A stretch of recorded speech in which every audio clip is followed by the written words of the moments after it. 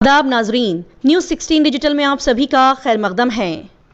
Karnataka state में नई कांग्रेस की हुकूमत पावर और इख्तदार में आने की सबसे बड़ी और ख़ास वजह रही मुस्लिम वोट्स। ज़्यादा से ज़्यादा मुस्लिम वोट्स पाने की वजह से कांग्रेस की नई हुकूमत पावर में आई है। लिहाजा कांग्रेस की नई हुकूमत से मुसलमानों की उम्मीदें और उनकी सरकार से क्या तवक्कुआत और डिमांड होनी चाहिए, इस बात के मद्देनज़र बेंगलोर शहर में विजन कर्नाटका की जानिब से एक अहम तरीन इजलास मुनक्किद किया गया। साथ ही साथ इस कांग्रेस की हुकूमत से मुसलमान ज़्यादा से ज़्यादा किस तरह से फ़ायदा हासिल करें, मुसलमानों के मुतालिबात, उनकी ज़रूरतें, उनकी ज़िम्मेदारियाँ और मुसलमानों की परेशानियाँ, मसले मसाइल के हल के लिए अपने तौर पर हुकूमत की सतह पर किस तरह से कोशिशें की जाए, इन सभी बातों के सिलसिले में ये इजलास मुनक्किद किया गया। और अलग अलग इदारे और तंजीमें कांग्रेस हुकूमत से अपने अपने डिमांड पेश करने के बजाय तमाम इदारे और तंजीमें एक प्लेटफॉर्म पर जुड़कर जमा होकर सभी मुसलमानों की आवाज़ बनकर हुकूमत के सामने किस अंदाज के साथ रुजू करें, इन बातों और ख्यालात के बारे में इस इजलास में बड़े अच्छे अंदाज में बहस व मुबाहिसा किया गया। विजन कर्नाटका के नुमाइंदों ने कहा कि आम लोगों की मुतालबात डिमांड्स जो भी हैं वही मुतालबात और डिमांड्स हमारे भी होने चाहिए। मुसलमान अपनी सियासी, समाजी और तालीमी सभी फील्ड्स में इजाफा करते हुए न सिर्फ इस हुकूमत से फ़ायदा हासिल करें बल्कि हुकूमत के साथ ताउन करने और उन्हें गाइड करने वाले भी बने। साथ ही साथ नई हुकूमत इख्तिदार में आने की वजह से मुसलमानों की जिम्मेदारियां अब काफ़ी बढ़ जाती हैं। लिहाजा मुसलमान पहले से भी ज़्यादा चौकन्ना और होशियार हो जाएं और एक ज़िम्मेदार और अच्छे हिंदुस्तानी शहरी होने के नाते अपने कर्नाटका रियासत की तामीर और तरक्की में अहम किरदार निभाएं और अपने समाज, सोसाइटी के सभी अलग अलग तबकात के लोगों के साथ भी बेहतर और खुशगवार रिश्ते कायम करें। आइए देखते और जानते हैं इस खबर की मज़ीद तफसीलात। विजन कर्नाटका की एक अहम मीटिंग हुई है, इस मीटिंग का क्या मकसद रहा? आज बरोज़ मंगल 6 जून को विजन कर्नाटका की एक मीटिंग मुनक़िद हुई। ये असम्बली इंतख़ाबात के बाद की पहली मीटिंग रही। यहाँ पर उलमा, दानिशवरान, समाज के दीगर तबक़ात से जो वाबस्ता हैं, वो समाजी कारकुनान सबके मुश्तमिल विजन कर्नाटका में आज ये तय पाया गया है कि जो एक सियासी पार्टी को मुकम्मल अक्सरियत के साथ अवाम ने जो मंतखब किया वो अपनी कारकर्दगी शुरू कर चुके हैं। तो अब हम सबकी भी ज़िम्मेदारी है कि हम इस हुकूमत के साथ जुड़कर उनकी जो कारकर्दगी है वो आवाम की भलाई बहबूदी के लिए जो काम करने वाले हैं, जो मंशूर के हिसाब से उनका भरपूर तायद करें, साथ दें और हर कोई जो रियासत का शहरी है उसको हर तरह का फ़ायदा पहुँचे। अभी क्या है, यह सिर्फ जश्न का मौका नहीं है कि एक पार्टी ने अक्सरियत हासिल कर ली जिसमें मुसलमानों का बहुत ताउन रहा उनके इस अक्सरियत को हासिल करने में। तो सिर्फ जब भी कोई पार्टी इक़्तिदार में आती है तो अपने मंशूर के हिसाब से काम करती है, तो मुसलमानों को और ज़्यादा ज़िम्मेदारी हो जाती है कि क्योंकि जिन्होंने मुत्तहिद होकर इतना अच्छा वोट डाला और अपनी ज़िम्मेदारी शहरी होने का सबूत दिया, तो अभी ख़ास उलमा, दानिशवरान और समाजी कारकुनान की भी ज़िम्मेदारी बढ़ जाती है कि जो तवक्का रख कर वोट डाले गए वो हुकूमत से उनको फ़ायदा ज़्यादा से ज़्यादा पहुँचाया जाए और रियासत में पहले से बेहतर कारकर्दगी हो, आवाम राहत महसूस करें और उनके मंशूर के हिसाब से उनको काम करने की हम तक़वियत पहुँचाएँ। तो अभी देखते हैं कि चंद इदारे वाले अपने अपने ख़याल से जो कौम मिल्लत का दर रखते हुए जाकर बड़े बड़े से ऑफिसरों से मुलाकात करते हैं, मिनिस्टरों से मुलाकात करते हैं, अपने अपने मुतालिबात पेश करते हैं। ये कहीं ना कहीं इंतशार का सबब भी बन सकता है। इसलिए चाहिए कि तमाम इदारे वाले पहले मुत्तहिद होकर एक इजलास करें और अवाम के जो ख़यालात हैं उसके तर्जुमान बनकर तमाम मुतालिबात को या ज़िम्मेदारी को एक तरतीब देकर बाद में जाकर जो महकमा है या जो मिनिस्टर है या जो रियासत की जो चीफ़ मिनिस्टर हैं या डिप्टी चीफ़ मिनिस्टर हैं उनसे जो काम करने से आवाम की फलाह बहबूदी के काम होते हैं उसको पेश कर कर सही तरीके से ये करें। तो इसलिए उलमा दानिशवरों का जो विजन कर्नाटका का इदारा है ये दावत देता है कि तमाम इदारे वालों से कि आकर एक इजलास करें सब मिलकर और एक कंबाइंड एक डिमांड्स के ग्रुप बनाकर सिर्फ डिमांड ही नहीं सजेशन भी देना है, हुकूमत को सजेशन भी देना है और उसको तरगीब भी देना है, ज़रा जगह पर उसको अपनी तवज्जो भी दिलाना है कि कौन से मकाम पर कौन से एरिया में क्या क्या काम कर सकना है जहाँ कमी पाई जाती है। तो इस मुनासिबत से आज की मीटिंग में तय पाया गया। अभी और चंद बातें हैं जो हमारे दूसरे साथी आपके सामने पेश करेंगे। अब जो है गुलपोशी शालपोशी का सिलसिला शुरू हुआ है, बड़े पैमाने पर खुशियाँ भी मनाई जा रही हैं, तो इस सिलसिले में क्या कहेंगे? ये तो बहुत आम बात है कि हर कोई खुशी मनाने का तरीक़ा ढूंढ लेता है। कोई मिठाई बांट के खुशी करता है, कोई नाच उछल कूद करके करता है, कोई शालपोशी गुलपोशी करता है, तस्वीरें छाप लेता है और सोशल मीडिया पर वायरल करता है। मगर एक बड़ी खुशहाइन बात यह है कि हमारे वज़ीर आला सिद्धरामैया जी ने भी बता दिया कि मुझे कोई शालपोशी गुलपोशी मत कीजिए, अगर आपको कुछ मेरी इज़्ज़त अफजाई तहनीत पेश करने तो कोई अच्छी बेहतरीन किताब दीजिए। ये बहुत उनका बड़प्पन है और बड़ी पसंदीदा बात है कि हम भी यही करना है कि लोगों को मुतवज्जा करना है तो अपने काम से करना, राहत पहुंचा के करना, उनके चेहरे पे मुस्कुराहट आना फ़ायदे से। ये नहीं कि सिर्फ शालपोशी गुलपोशी करना है। ये रिवायत कम होती जा रही है। इंशाल्लाह हम भी ऐसे चीज़ों पर हिमायत नहीं करेंगे, बताएंगे कि आप बेहतरीन किताबें पेश कीजिए, अपने मुसलमान कल्चर की चीज़ें बताइए जो लोगों को फलाह बहबूदी का काम करने पर उकसाएं। फ़िरका परस्त ताकतें हैं या फिर अपोजिशन जमातें भी नज़र रखे हुए हैं हालात पर? हर जगह जहाँ पे खैर होता है वहाँ पे शर भी होता है। अब जो हुकूमत पिछली हुकूमत थी वो अपने गुरूर में थी कि उनको इख्तियार था, उनको अक्सरियत थी, तो वो ज़्यादा शरारत कर रहे थे। अब वो इख्तियार से बाहर हो गए तो भी शरारत में तो कमी नहीं आएगी, तो वो तरीक़े से बहाने ढूंढते रहेंगे किस तरह तंग किया जाए। ये हुकूमत के ऊपर डिपेंड है। वो उनके सूझबूझ से समझदार से एक बड़ी पार्टी है कांग्रेस पार्टी जो हुकूमत कर रही है, वो अब निपटा लेगी।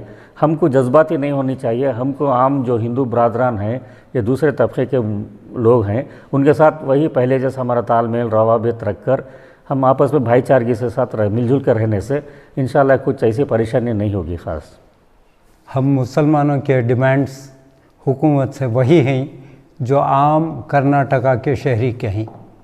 हमारे कोई ख़ास अलग से डिमांड्स नहीं हैं। जो डिमांड्स हैं वो मैं पढ़कर सुना देता। Corruption in the government offices is the main problem in the country. Government must ensure corruption-free administration. Number 2, the population in every city has grown 3 times more while the hospitals have remained the same. As a result, there is a heavy rush of patients coming from far-off places. Bangalore, which has only 3 major hospitals, requires 4 more major hospitals like the Bowring Hospital in the 4 corners of Bangalore to reduce congestion. Same way, 1 new hospital is required in every major city. Third, there are 4 Jaydeva heart hospitals in Karnataka, that is in Bangalore, Mysore and Kalburgi. The heavy rush in Bangalore Jaydeva is to be seen to be believed. Government must open such hospitals in Hubli, Mangalore, Shimoga and Bellary. Fourth, free medical aid, hospitalization and free medicine should be provided for senior citizens 70 and above because they do not get insurance. Fifth, quality education must be provided on the lines of Delhi schools and colleges.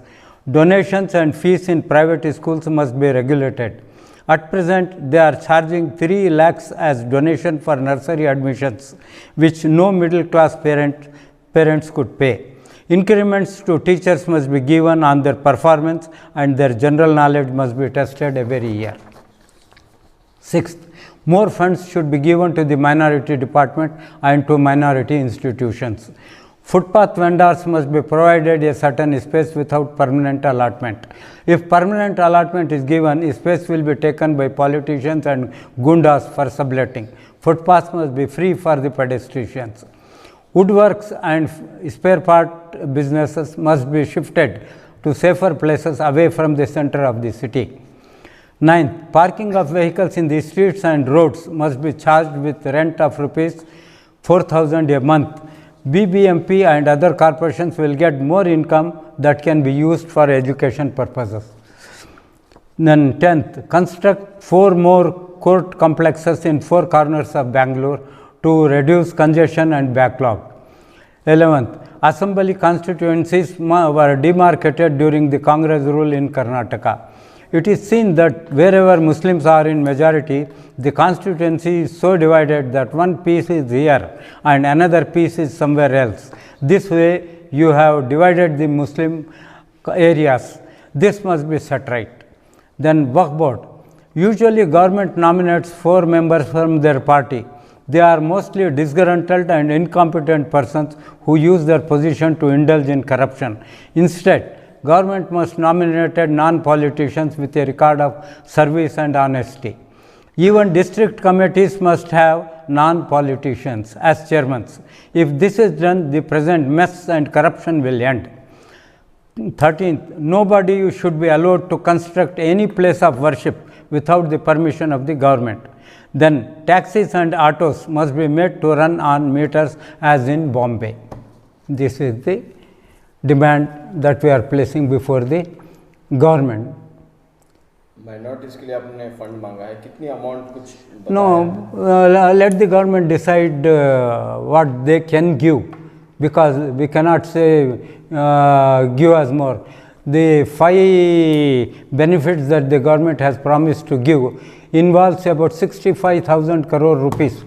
So it is our duty also to see that the government gets revenue to meet these expenses. अच्छा, ये आपके जो मुतालबात हैं ये जी इस वक्त की meeting में लिए गए हैं, आगे भी आपके मीटिंग्स में मजीद मुतालबात आप करेंगे? इट डिपेंड्स ऑन दी, ये आइंदा जो है हालात को देखते हुए कुछ अगर कर सकते हैं डिमांड्स तो करेंगे, मगर ये सोचना है कि गवर्नमेंट कहाँ से रुपये लाएगी, ये भी हमारी जिम्मेदारी है।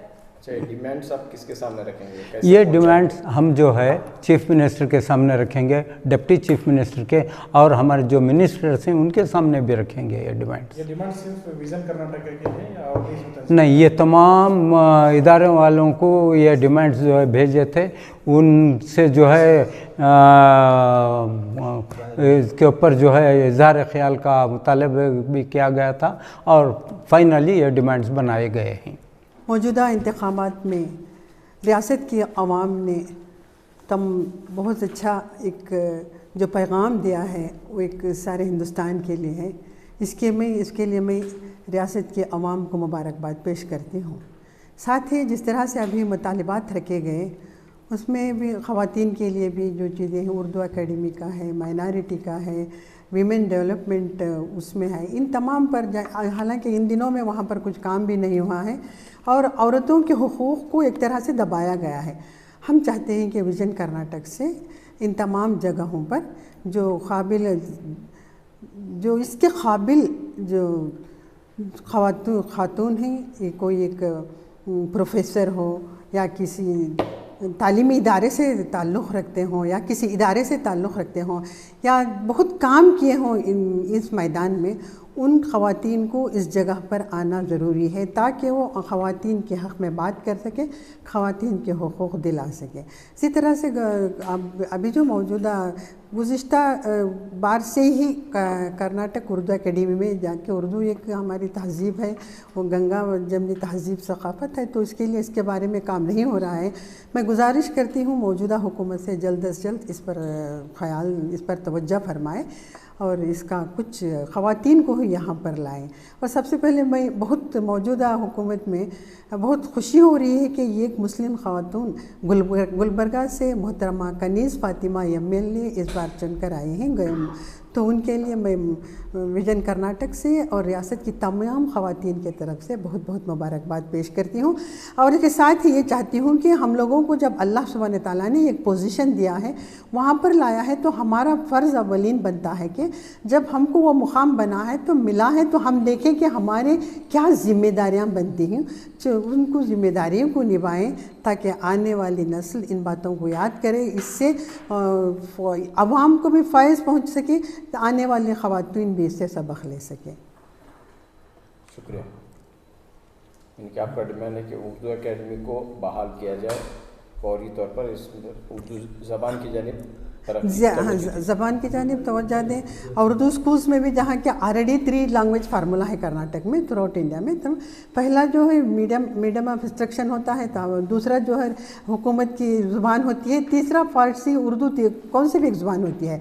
मेरी यही ख्वाहिश है कि जहाँ पर भी जो इंग्लिश स्कूल्स चल रहे हैं, वहाँ पर जब हमको मौका मिल रहा है तो उर्दू को एज ए 3rd लैंग्वेज अगर लाएं तो बहुत उर्दू के लिए एक अच्छा होगा। बच्चों के लिए 3 ज़ुबान सीखना है, एक राबिते का ज़रिया है, कोई भी कम्युनिकेशन के लिए ज़ुबान सीखी जाती है, इससे बहुत फ़ायदे होंगे। फ़ौरन यही हमारी ख्वाहिश है कि बहुत फ़ौरन से पेशतर उर्दू एकेडमी को, माइनॉरिटी को और दूसरे ख़वातीन के जितने भी जहाँ भी जो गवर्नमेंट के ये इदारे हैं, वहाँ पर ख़वातीन को बहाल किया जाए। इज़हार ख्याल करना चाह रहे हैं। अल्हम्दुलिल्लाह, इस मरतबा सारे रियासत के मुसलमान मुत्तहिद होकर एक सेक्युलर गवर्नमेंट लाने में कामयाब हुए हैं और यह सारे मुल्क के लिए एक मिसाल कायम की है।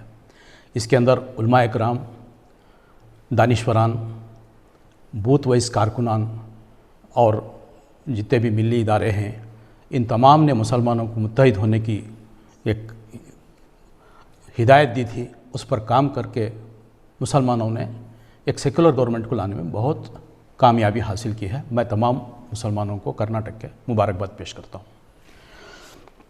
और उन उलमा इकराम का और तमाम कारकुनीन का, समाजी और दानिश्वरान का शुक्रिया अदा करता हूँ। दूसरा, मुबारकबाद है हमारी कौम के 9 MLA चुनकर आए हैं और उनके अंदर मुंतखब तीनों को बेहतरीन पोस्ट मिले हैं। मुसलमानों के जज्बात, एहसासात और उम्मीदें आपसे वाबिस्ता हैं, कौम के सुलगते मसाइल हैं। सबसे पहले आपके मंशूर में 4% रिज़र्वेशन को फिर दोबारा क़ायम करने का वादा किया गया था, इस पर ज़ोर दें। आप तमाम MLA और मिनिस्टर्स और UT क़ादर साहब से विजन कर्नाटका की जानिब से और सारे कर्नाटक के मुसलमानों की जानिब से अदबन गुजारिश है कि 4% रिज़र्वेशन को पहले वापस ले आएँ। दूसरा, हमारे बच्चे स्टूडेंट्स बहुत मायूस हुए थे पिछली सरकार में, इसलिए कि उनका अरीवो लोन, KMDC का लोन, ओवरसीज़ लोन के बजट को ख़त्म किया गया था। जहाँ तक हो सके ये KMDC के बजट को, अरीवो लोन के बजट को, ओवरसीज़ एजुकेशन के बजट को जहाँ तक हो सके ज़्यादा से ज़्यादा लाने की हमारी दरख्वास्त है, अदबन दरख्वास्त है। तीसरा, बहुत सारे अदारे हैं जैसे पब्लिक सर्विस कमीशन है, human rights commission, minority commission है, उर्दू एकेडमी है, बेंगलोर डेवलपमेंट अथॉरिटी है, हाउसिंग बोर्ड है, कर्नाटका स्लम बोर्ड है। जैसा हमारे गौस साहब ने तमाम अदारों में एक मुसलमान का नुमाइंदा होना है, तो ऐसे अहम इदारों में कम से कम इस बार मुसलमानों की नुमाइंदगी बहुत ज़रूरी है। मुसलमानों के अंदर बहुत सारे दानिश्वरान हैं, समाजी कारकुनीन हैं और अच्छे लायर्स हैं और प्रोफेसर्स वगैरह हैं। इनमें से चुनिंदा जो कौम किसी को चाहती है तो उनको लाकर वहाँ पर कौम की खिदमत करने का इनको एक मौका मिले, इस सरकार से हमारा मुतालिबा है। और तमाम UT ख़ादर साहब से, मिनिस्टरों से और गवर्नमेंट से, सिद्धरामैया जी की गवर्नमेंट से हमारा मुतालिबा है कि हर अदारे में एक मुसलमान की नुमाइंदगी दें ताकि कौम के कुछ भलाई हो, कौम का कुछ खिदमत करने का मौका हो। तीसरा, टेक्स्ट बुक कमेटी, इसके अंदर क्या है, रिवीजन कमेटी टीपू सुल्तान शहीद रहमतुल्लाह अलैह और दीगर अजीम शख्सियात की तौहीन की गई है पिछली सरकार में। तो ये नई नस्ल के बच्चों को ऐसा निसाब नहीं देना चाहिए जिसकी वजह से कभी भी फ़िरका वाराना हम मांगी को ख़तरे में डाल सकें। जहाँ तक हो सके ये सेक्युलर चीज़ें हमारी नई नस्ल को डालना है, बाहमी मोहब्बत भाईचारे की चीज़ें आना है, ये नफ़रत का माहौल को ख़त्म करना है। इसके अंदर सरकार जब भी शुरू किया है, सिद्धरामैया जी ने इस पर पहल की है, तो हम सरकार को मुबारकबाद देते हैं। प्री मैट्रिक और पोस्ट मैट्रिक स्कॉलरशिप्स का है, उसका भी साथ साथ ख्याल रखें। अरीवो लोन के साथ प्री मैट्रिक ये माइनॉरिटी डेवलपमेंट से है, उसका बजट भी बिल्कुल कम किया गया था। जहाँ तक हो सके तालीम जो है, तालीम से ही हमारी कौम का इजाला होगा, तमाम मसाइल का। तालीम की तरफ भरपूर तवज्जो दें। और बेंगलुरु के अंदर 120 स्लम है, 120 स्लम में हेल्थ यूनिट्स की बहुत ज़रूरत है, और अक्सरियत हमारी है वहाँ पे। अक्सरियत हमारी होने की वजह से हेल्थ का मामला बहुत बड़ा है। तो हर एक स्लम में एक हेल्थ यूनिट होना है, एक गवर्नमेंट स्कूल होना है और एक आंगनवाड़ी होना है। इसकी तरफ हमारा मुतालिबा है। तीसरा, ये अक्सर जेलों में 70% अक्सरियत हमारी है। इसमें मजहबी मुनाफिरत की वजह से मासूम बच्चे सपड़े हुए हैं, और काफ़ी डोमेस्टिक के हैं, काफ़ी कोर क्रिमिनल्स कम हैं। 70% जेल इनमेट्स में 10% कोर क्रिमिनल्स होंगे, उनको सज़ा होनी ज़रूरी है, लेकिन 50 से 60% मासूम सपड़े हुए हैं। मैं चाहता हूँ कि हमारे ये 9 MLAs का वफद 6 माही दौरा करें जेलों का, 6 माही दौरा करें और जेलों के अंदर के हालात तफ्तीश करें, ताकि हमारी एक जेल इनमेट के पीछे उसकी फैमिली है, उसका ख़ानदान है, सफ़र हो रहा है, उनके इजाला करने की जहाँ तक हो सके मासूम उनको निकालने की कोशिश करनी चाहिए। ये हमारी विज़न कर्नाटका का एक विज़न है कि जहाँ तक हो सके जेलों का भी एक 6 माही दौरा करके जेल इनमेट्स की तफ्तीश करें। 70 साल से कल्चरल कोटा में 6 MLCs रहते हैं। आज तक एक मुसलमान को भी मौका नहीं दिया, लेकिन प्रोफेसर मुमताज़ अली ख़ान को येडियुरप्पा जी ने मौका दिया था।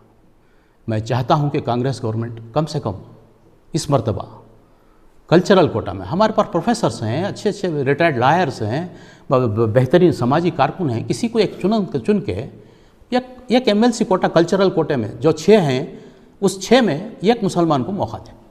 कांग्रेस की गवर्नमेंट में साचार कमेटी रिपोर्ट लागू करने की बात हुई थी।